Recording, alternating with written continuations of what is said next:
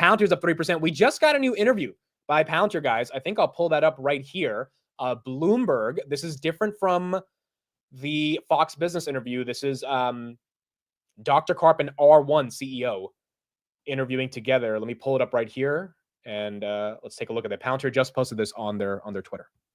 R37, it's an advanced AI lab already out there in the wild, but it's revolutionizing, you say, healthcare, but from a financial performance perspective. Just outline what the actual problem is here that you're trying to solve. Well, very happy to be here.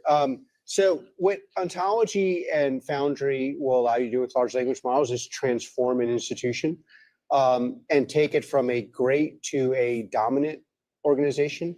And what is so exciting about our partnership is they are the world's experts in what they do. So figuring out how to deal billing is a super complex LLM appropriate use case. And with our Ontology, I think we can change the unit economics together of the business by in the range of my estimation, 50%.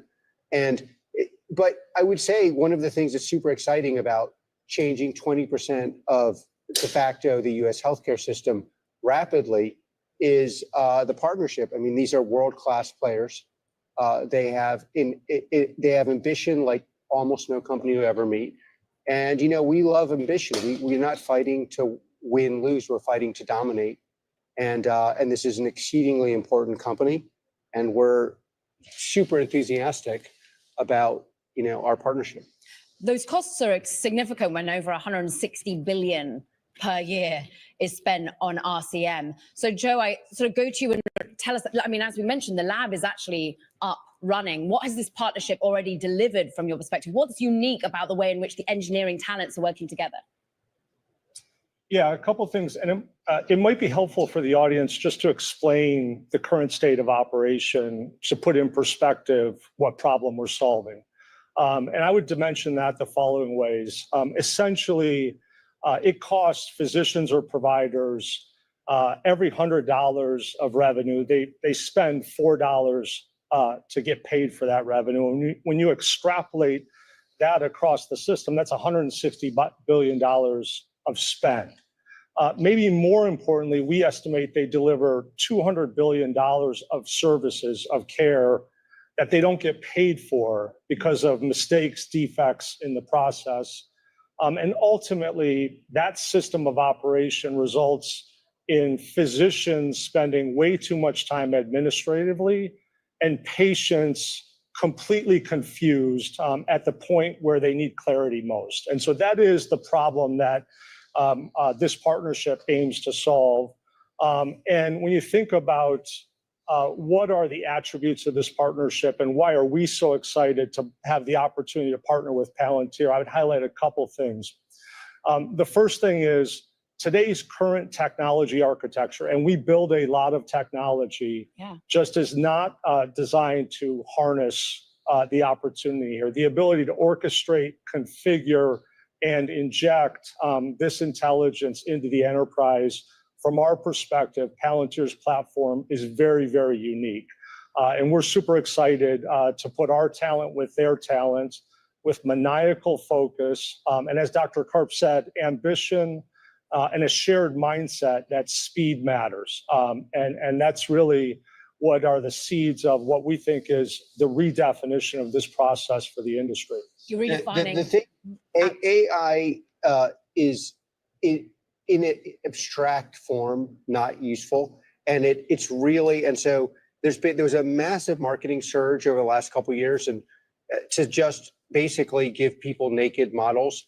And those naked models really have performed very, very poorly. And so what people don't understand though is the combination of deep technical expertise in a field and large language models, especially where there are complex rules and human knowledge involved, can transform an industry very, very, very quickly. And what this partnership is going to be a shot over the bow, because what you're going to see rapidly is a business that's very complex, and because of the complexity, is very intense on the front line, and people are not always getting. It's going to be transformed where the users are going to get better outputs, and the economics of the business are going to simultaneously be much better.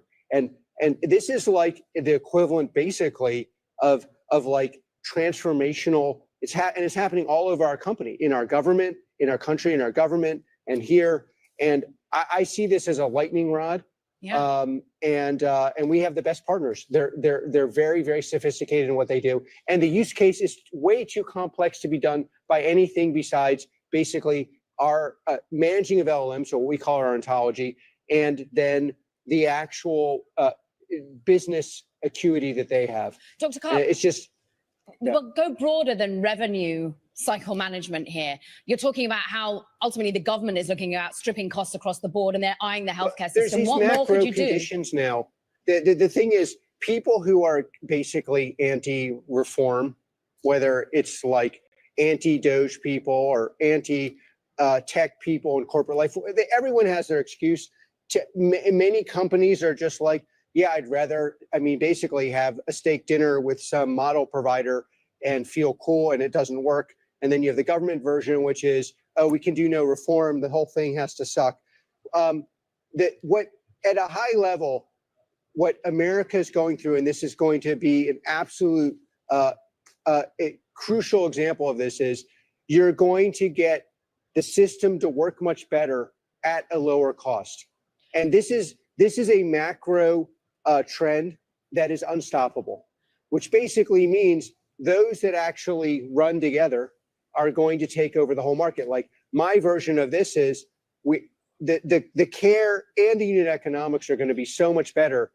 They're going to take over the whole market. Joe, Okay, we got 3 minutes into the market open, so we're going to end that interview there. There's 3 minutes left in that, or 4 minutes left in that interview. You can watch it on Palantir's X. I'm sure they'll be posting it on YouTube soon. But essentially, R1 is a healthcare lab. And so Karp at AIPCon was doing an interview with the CEO of R1 to talk about how Palantir's AI is going to be integrating with that healthcare lab. Again, kind of making the same argument around how healthcare relies on not only unit economics for the hospital to make a profit, but also the patient care. And one of the ways to have really good patient care is if you can get a patient in and out as quick as possible. A, that's good for the patient. B, that's good for the scheduling and the ability to get more patients in beds in a hospital. You need AI to do that. I'm sure there's other elements of this partnership as well.